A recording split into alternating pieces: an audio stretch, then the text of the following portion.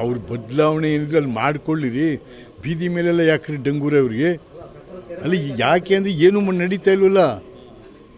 ಸರ್ಕಾರದ ಆಡಳಿತವೂ ಇಲ್ಲ, ಅಭಿವೃದ್ಧಿಯೂ ಇಲ್ಲ. ಸರ್ಕಾರದ ಆಡಳಿತ ಮತ್ತು ಅಭಿವೃದ್ಧಿಯಿಂದ ಜನರ ಮನಸ್ಸನ್ನು ಬೇರೆ ಕಡೆ ತಿರುಗಿಸೋದಕ್ಕೆ ಸುಮ್ಮನೆ ಇವರೇ ಕೂಗಾಡೋದು. ನಡ್ರಿ ಯಾವ ರಾಜಣ್ಣ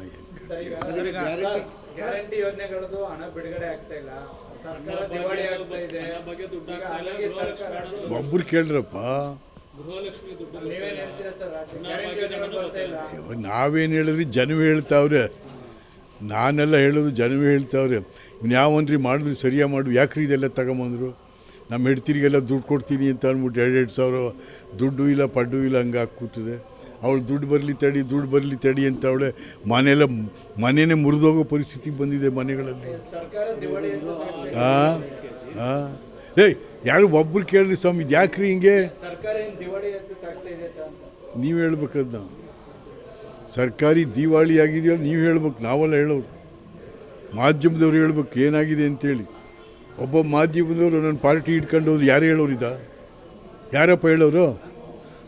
ಬೆಸ್ಟ್ ಅಂತಾರೆ ಒಂದು ಮಾಧ್ಯಮದವರು, ಇನ್ನೊಂದು ಮಾಡಿ ಅವರು ಲಿಸ್ಟ್ ಅಂತಾರೆ. ಯಾರು ಮತ್ತೆ ಹೇಳೋರು? ಯಾರು ರವಿ ಕವಿ ಕಾಣದಿರೋದನ್ನು ಮಾಧ್ಯಮದವ್ರು ಕಂಡ್ರು ಅಂತ ಯಾಕೆ ಹೇಳ್ತಾಯಿದ್ರು? ಎಲ್ಲಿ ಹೇಳ್ತಾ ಇದ್ದೀರಿ ಇವತ್ತು ಹೇಳಿ? ಮತ್ತೆ ನೀವೇ ಹೇಳ್ಬೇಕದ, ನಾವೆಲ್ಲ ಹೇಳೋರು. ಸರ್, ಕುಂಭಮೇಳಕ್ಕೆ ಹೋಗಿದ್ರೆ ಹೇಗಿತ್ತು ಸರ್? ಹೈ ಕ್ಲಾಸ್, ಚೆನ್ನಾಗಿ ಏರ್ಪಾಟ್ ಮಾಡಿದ್ರು. ಯಾಕೆಂದರೆ ಏನೇ ಇರಲಿ, ಕುಂಭಮೇಳ ನಮ್ಮ ಹಿಂದೂಗಳವು ಭಾಳ. ಯಾಕೆ ನಾನು ಮೊನ್ನೆ ಆರ್ಟಿಕಲ್ಲು ಮೈಸೂರು ಮಿತ್ರದಲ್ಲೂ ಕೂಡ ಬರೆದಿದ್ದೀನಿ. ಅದನ್ನು ಯಾರ್ಯಾರ ಕಾಲದಲ್ಲಿ, ಚಂದ್ರಗುಪ್ತ ಮೌರ್ಯನ ಕಾಲದಿಂದಲೂ ನಡ್ಕೊಂಡು ಬಂದಿರುವಂಥ, ಬ್ರಿಟಿಷ್ ಕಾಲದಲ್ಲೂ ನಿಲ್ಲಿಲ್ಲ ಅದು, ಹಂಗೆ ನಡ್ಕೊಂಡ್ಬಂದು ಭಾಳ ಚೆನ್ನಾಗಿ.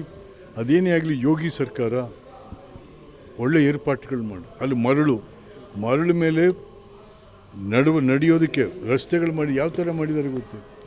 ಕಬ್ಬಿಣದ ಶೀಟ್ಗಳು ಹಾಕಿದ್ದಾರೆ, 106 ಕಿಲೋಮೀಟ್ರ್, 10,000 ಎಕರೆನಲ್ಲಿದೆ. ಅಯ್ಯೋ ನಿಜಕ್ಕೂ ಕೂಡ ಕೋಟ್ಯಾಂತರ ಜನರನ್ನ ಅಲ್ಲಿ, ಕೋಟ್ಯಾಂತರ ಜನರು. ಒಂದು ಸರ್ಕಾರ ಚೆನ್ನಾಗಿ ಅದನ್ನು ಮಾಡಿದ್ದಾರೆ. ಸುಮ್ಮನೆ ಯಾರ್ಯಾರೋ ಬಾಯಿ ಬಂದಂಗೆ ಏನು ಹುಡುಗಾಟಿಕೆ ಏನ್ರಿ? ಮನೆ ಒಂದು ಮದುವೆ ಮಾಡೋಕ್ಕೆ ಮ್ಯಾಲೆ ಬಿದ್ದು ಆ ತಟ್ಪಟ್ಟಿ ಎಲ್ಲ ಕಿತ್ತಾಡ್ಕೊಂಡು ಹೋಯ್ತವೆ ಜೊತೆಗೆ. ಅದರಿಂದ ಏನೇ ಆಗಲಿ, ಉತ್ತರ ಪ್ರದೇಶ ಸರ್ಕಾರ ಹಿಂದೂ ಧರ್ಮೀಯರ ಭಾವನೆಗಳನ್ನು ಪರಸ್ಪರ ನಾವೆಲ್ಲರೂ ಕೂಡ ಹೊಂದ್ಕೊಂಡು ಹೋಗುವಂಥದ್ದನ್ನು ಅಲ್ಲಿ ಯಾವುದದು ಪ್ರಯಾಗ್ರಾಜಲ್ಲಿ ಶೆಫರ್ಡ್ಸ್ ಇಂಡಿಯಾ ಇಂಟರ್ನ್ಯಾಷನಲ್ ಸಮ್ಮೇಳನ ಕೂಡ ಆಯಿತು. 2,000 ಜನ ಸೇರಿದ್ರು. ಭಾಳ ಜನ ಇದ್ದಾರೆ ಉತ್ತರ ಪ್ರದೇಶದಲ್ಲಿ ಶೆಫರ್ಡ್ಸ್ ಇಂಡಿಯಾ ಇಂಟರ್ನ್ಯಾಷನಲ್ ಸಮಾವೇಶ ಕೂಡ ಆಯಿತು. ನಮ್ಮನ್ನೆಲ್ಲ ಕರೆದಿದ್ದಲ್ಲಿ ಹೋಗಿತ್ತು. ಇಲ್ಲ, ಏರ್ಪಾಟ್ಗಳು ಏನೇ ಇರಲಿ, ಸ್ವಲ್ಪ ಸಣ್ಣ ಪುಟ್ಟದಿರ್ತದೆ, ಬಟ್ ಭಾಳ ಒಳ್ಳೆ ಏರ್ಪಾಟ್ಗಳು ಮಾಡಿದ್ರು.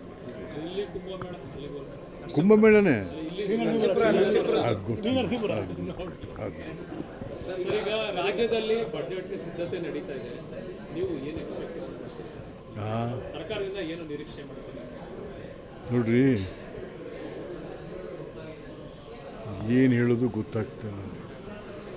ಸುಮ್ಮನೆ ಈ ಸಿದ್ದರಾಮಯ್ಯ ಈಗಾಗಲೇ 4 ಲಕ್ಷ ಕೋಟಿ ಬಡ್ಜೆಟ್, ಆ ಯಡಿಯೂರಪ್ಪ ಇದ್ದಾಗ ನಂದು 2.5 ಲಕ್ಷ ಕೋಟಿ ಬಡ್ಜೆಟ್, 3 ಲಕ್ಷ ಕೋಟಿ ಬಡ್ಜೆಟ್. ಯಾರು ದುಡ್ಡ್ರಪ್ಪ? ಯಾರು ದುಡ್ಡಿದು? ಏನು ಮಾಡ್ತಾಯಿದ್ದೀರಾ? ಆ ದುಡ್ಡು ಜನರಿಗೆ ತಲುಪ್ತಾ ಇದೆಯೇನ್ರಿ? ಕಾರ್ಯಕ್ರಮಗಳು ಕೊಟ್ಟಿದ್ರೆ ಜನಕ್ಕೆ ತಲುಪ್ತಾ ಇದೆಯೇನ್ರಿ? ಜನರ ಆಡಳಿತ ಅಭಿವೃದ್ಧಿ ಜನರಿಗೆ ತಲುಪೋ ತನಕನೂ ನಿಮ್ಮ ಬಡ್ಜೆಟ್ ತಗೊಂಡು ಏನು ಮಾಡ್ತೀರಾ? ಅದು ಮತ್ತು ಶಾಸಕಾಂಗಕ್ಕೆ 3 ಕಾಸು ಮರ್ಯಾದೆ ಇಲ್ಲ. ಸಿದ್ದರಾಮಯ್ಯನ ಕಾಲದಲ್ಲಿ ಲೆಜಿಸ್ಲೇಷನ್ 3 ಕಾಸು ಮರ್ಯಾದೆ ಇಲ್ಲ. ನಿಮ್ಗೆ ಯಾರೀ ಅಧಿಕಾರ ಕೊಟ್ಟಿರೋರು? ಈಗ ಆಯ್ತಪ್ಪ, 3,70,000 ಕೋಟಿ ಲಾಸ್ಟ್ ಟೈಮ್ ಹೇಳಿದ್ರಿ ನೀವು, ಅಷ್ಟಕ್ಕೆ ಒಪ್ಪಿಗೆ ಕೊಡ್ತು ಶಾಸಕಾಂಗ.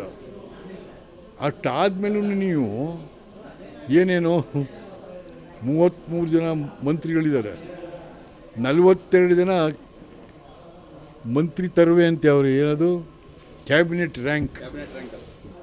ಆಮೇಲೆ ಇಲ್ಲಿ ಆ ಪುಕ್ಸಾಟೆ ಯಾರಿಗೂ ಕೊಡೋನು ಅವನಿಗೊಂದು ಕ್ಯಾಬಿನೆಟ್ಟು, ಅವ್ರ ಕೈ ಕೆಳಗೆ ಅದು ಬರೋ ಸ್ಟೇಟ್ ರ್ಯಾಂಕು. ಯಾರೀ ಅಧಿಕಾರ ಕೊಟ್ಟವ್ರು ನಿಮಗೆ ಸಿದ್ದರಾಮಯ್ಯ?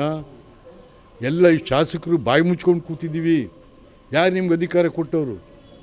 ಶಾಸನ ಸಭೆಯಲ್ಲಿ ನಿಮಗೆ ಅಧಿಕಾರ ಕೊಟ್ಟಿದ್ದೆಷ್ಟು ಅಷ್ಟೇ, ಅದನ್ನು ಮೀರಿ ಮಾಡೋಕ್ಕೆ. ಹಾಗಾಗಿ ಸಿದ್ದರಾಮಯ್ಯ ಅವ್ರ ಸರ್ಕಾರ, ಹಿಂದೆ ಇದ್ದ ಸರ್ಕಾರಗಳು ಇಡೀ ಶಾಸಕಾಂಗವನ್ನೇ ಉಲ್ಲಂಘನೆ ಮಾಡಿ ಜನತಂತ್ರ ವ್ಯವಸ್ಥೆಗೆ ನಮ್ಮ ಮಾದೇವಪ್ಪ ಹೇಳ್ತಾರಪ್ಪ, ಸಂವಿಧಾನ ಇದೇನು ಮತ್ತು ಈ ಸಂವಿಧಾನ ಉಲ್ಲಂಘನೆ ಅಲ್ವಾ ಇದು? ಸಂವಿಧಾನದ ಉಲ್ಲಂಘನೆ ಎಲೆಕ್ಷನ್ ನಡೆಸಿಲ್ಲ ನೀವು. ಲೋಕಲ್ ಬಾಡೀಸ್ ಈಗೆಲ್ಲೋ ಎಲೆಕ್ಷನ್ ನಡೆಸ್ತಾ ಇರೋದ್ರಿಂದ 1 ವರ್ಷಕ್ಕೆ ಕರ್ನಾಟಕ ರಾಜ್ಯಕ್ಕೆ 4,500 ಕೋಟಿಗಳು ನಷ್ಟ ಆಗಿದೆ. ಸೆಂಟ್ರಲ್ ಗೌರ್ಮೆಂಟ್ ದುಡ್ಡು ಬರಲಿಲ್ಲ. ಯಾಕೆ? ರಾಜೀವ್ ಗಾಂಧಿ ಎಷ್ಟು ಚೆನ್ನಾಗಿ ಮಾಡಿಟ್ಟೋಗಿದ್ದಾರೆ ಅದನ್ನ. ನೀನು ಎಲೆಕ್ಷನ್ ಮಾಡಿ ಅಧಿಕಾರ ಕೊಟ್ಟ ಮಾತ್ರ ದುಡ್ಡು ಸೆಂಟ್ರಲ್ ಗೌರ್ಮೆಂಟಿಂದ ಬರಬೇಕದು. 4,300 ಕೋಟಿ ಬಂದೇ ಇಲ್ವಲ್ರಿ? 4-5 ವರ್ಷ ಆಯಿತು ಎಲೆಕ್ಷನ್ ಮಾಡಿ. ಮತ್ತು ಯಾವ ರೀತಿ ಆಡಳಿತ ಮಾಡ್ತಾಯಿದ್ದೀರಿ ಇಲ್ಲಿ? ಗ್ರಾಮೀಣ ಪ್ರದೇಶದಲ್ಲಿ ಏನಾಯಿತು? ಎಲ್ಲ ಜಾತಿ ಜನಾಂಗಗಳಿಗೂ ಅಧಿಕಾರ ಕೊಟ್ಟವರು ಇದರಲ್ಲಿ, ಲೋಕಲ್ ಬಾಡೀಸ್ನಲ್ಲಿ. ಅವ್ರ ಅಧಿಕಾರ ಕಿತ್ಕೊಂಡಿದ್ದೀರಾ, ದುಡ್ಡು ಬಂದಿಲ್ಲ. ಇಲ್ಲಿ ಸಂವಿಧಾನ ಬಾಯಿ ಬಡ್ಕೋತೀರಾ. ಮಾನ ಮರ್ಯಾದೆ ಇಲ್ಲ ಅಂದರೆ ನಿಮ್ಮ ನೋಡ್ರಿ. ಸರ್, ಈಗ ಆರ್ ಅಶೋಕ್ ಅವರು ಒಂದು ಮಾತಾಡ್ತಾರೆ, ನವೆಂಬರ್ ಡೆಡ್ ಲೈನು ಸಿದ್ದರಾಮಯ್ಯನಿಗೆ ಅಂತ. ಅವನು ಮಂಗ ನೋಡ್ರಿ. ಹೇಳಿ ಸರ್.